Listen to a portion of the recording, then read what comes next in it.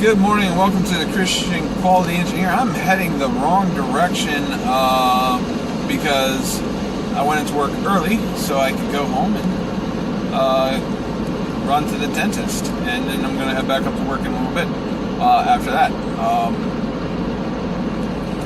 A lot going on for work. I think my team's pulling together.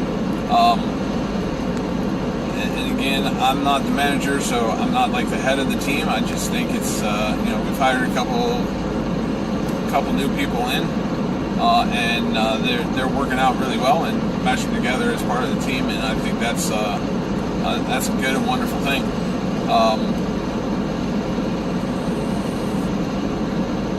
So kudos for the management and HR getting the right people in.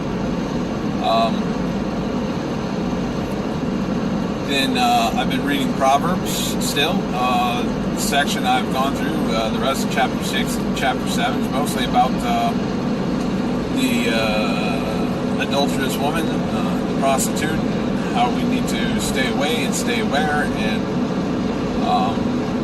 be on guard because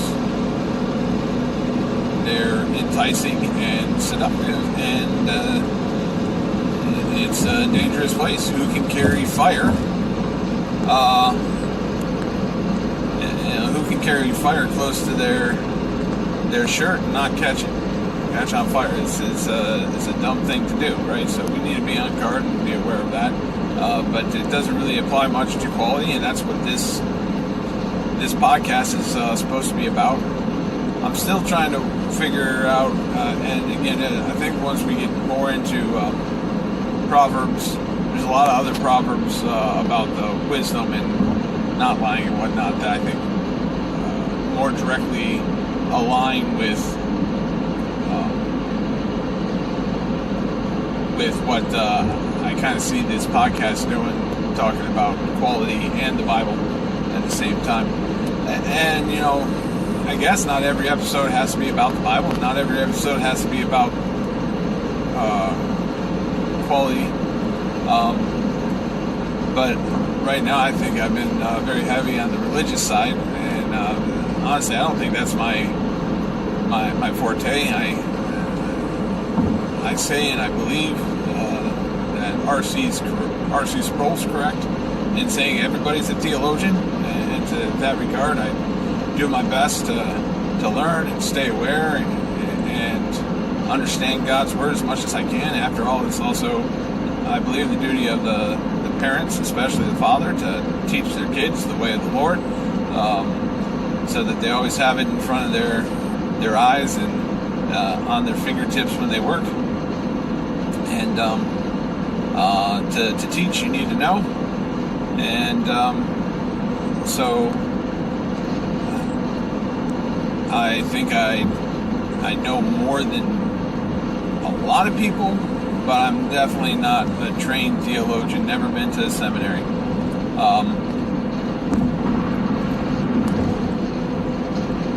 Quality-wise, I spent 4 years in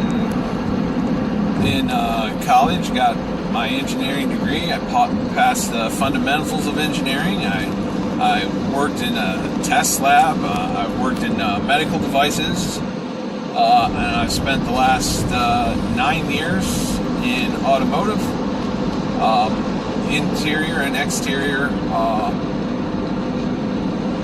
injection molded and blow molded,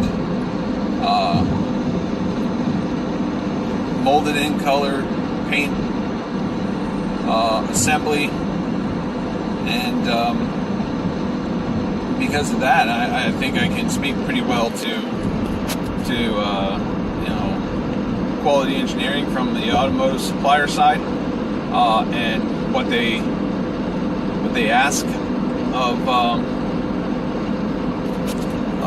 quality engineers, and a lot of the forms. I have worked with. Sorry, I was seeing if I could get the dome light to shed a little more light here, because I kind of feel like I'm dark here but bright here.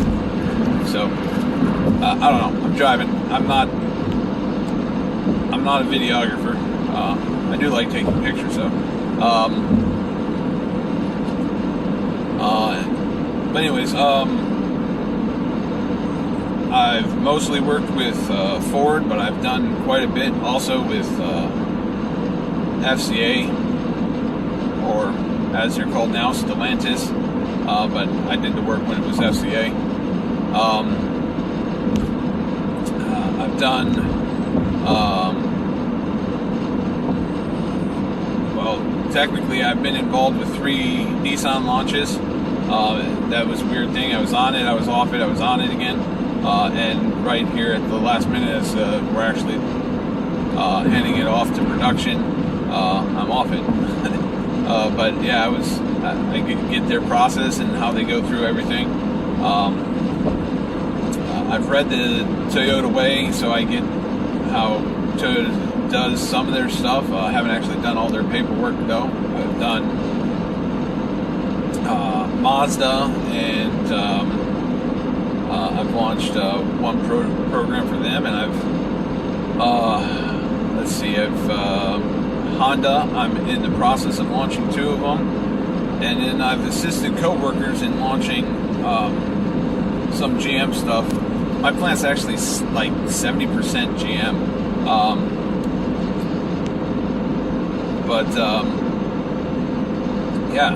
so that's where I'm coming from with the quality side, and really I can say that from my perspective, the process is the same. What they call everything and what level of detail and what areas they focus on vary, but the process is the same. You know, you set up your BOM, your rough idea of what the process flow is going to be, your prototype FEMAs and control plans for launch before you have all your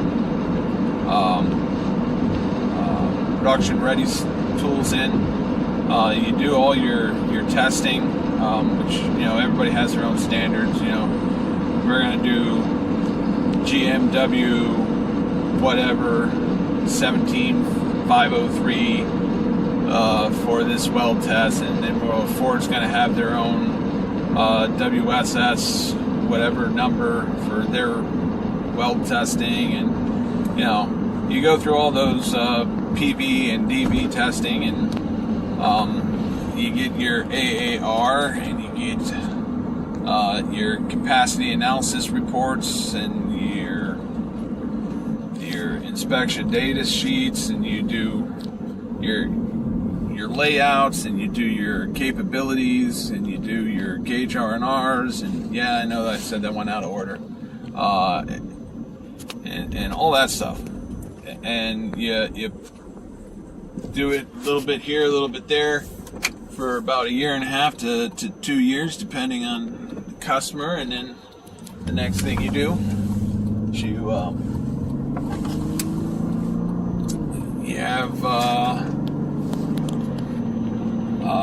you hand it off. Well, you sign the PSW and then hand it off to production, right? So it's